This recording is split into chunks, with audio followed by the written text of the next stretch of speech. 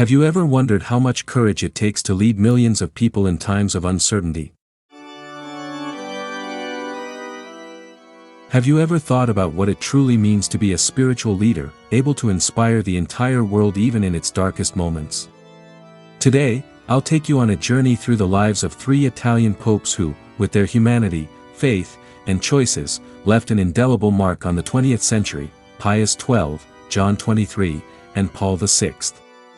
Three men, three eras, but one mission: to guide the Church and humanity toward hope, dialogue, and peace.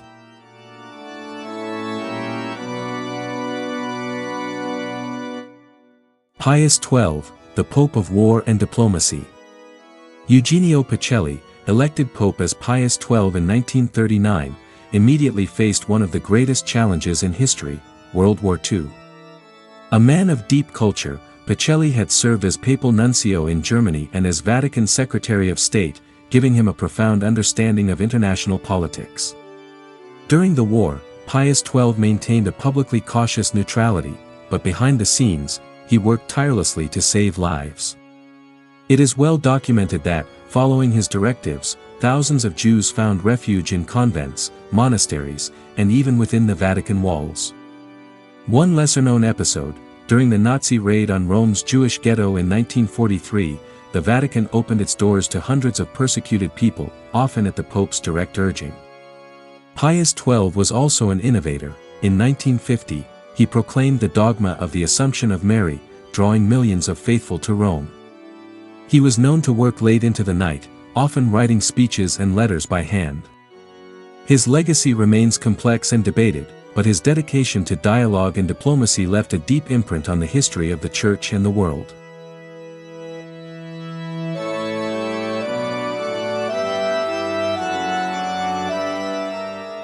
John XXIII, the Good Pope and the Dream of the Council. Angelo Giuseppe Roncalli, elected Pope in 1958 at the age of 77, was seen by many as a transitional pope. Instead, with his simplicity and warm smile, John XXIII won the world's heart. The son of humble farmers from Bergamo, he never forgot his roots. He loved to share stories from his childhood and often welcomed ordinary people into the Vatican, breaking protocol. A famous episode: on the night of the opening of the Second Vatican Council, he appeared at his window and delivered the famous moonlight speech, inviting the faithful to go home and gently caress their children, a sign of a church close to the people.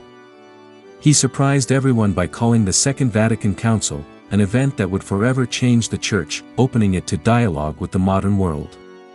John XXIII also wrote two landmark encyclicals, Mater et Magistra, and Pacem in Terris, the letter addressed not only to Catholics but to all people of goodwill. His humanity, his ability to listen, and his vision of a more open and merciful Church make him a beloved and inspiring figure to this day.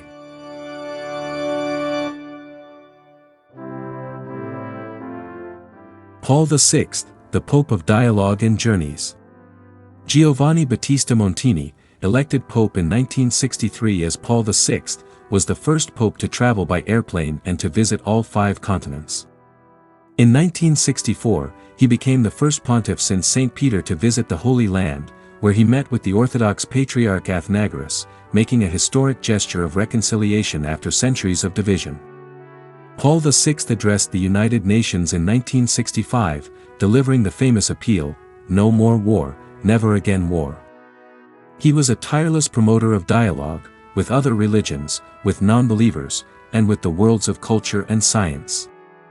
During his pontificate, he faced years of great social tension, the terrorism of Italy's Years of Lead, and the tragic kidnapping and murder of his friend Aldo Moro. Despite personal pain, Paul VI never lost hope in a better world, built on justice and peace. He was also the Pope who brought the Second Vatican Council to completion, guiding the Church through profound liturgical and pastoral reforms. A little-known detail: Paul VI gave away the papal tiara, a symbol of temporal power, as a gesture of humility and solidarity with the poor. One mission, 3 different faces.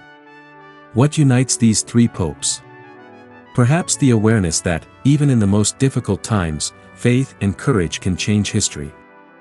Or maybe it's their ability to listen, to engage in dialogue, and to never give up in the face of challenges. Each left a unique legacy, but all shared the same mission: to be bridges of hope between people, between cultures, between the past and the future.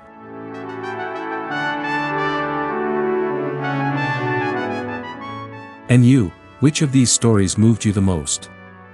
What does it mean to you to be a leader today? Leave a comment and share your thoughts. History continues, thanks to you. And don't forget to subscribe to the Icons of Italy channel, to discover more stories of extraordinary lives that can inspire you. Thank you.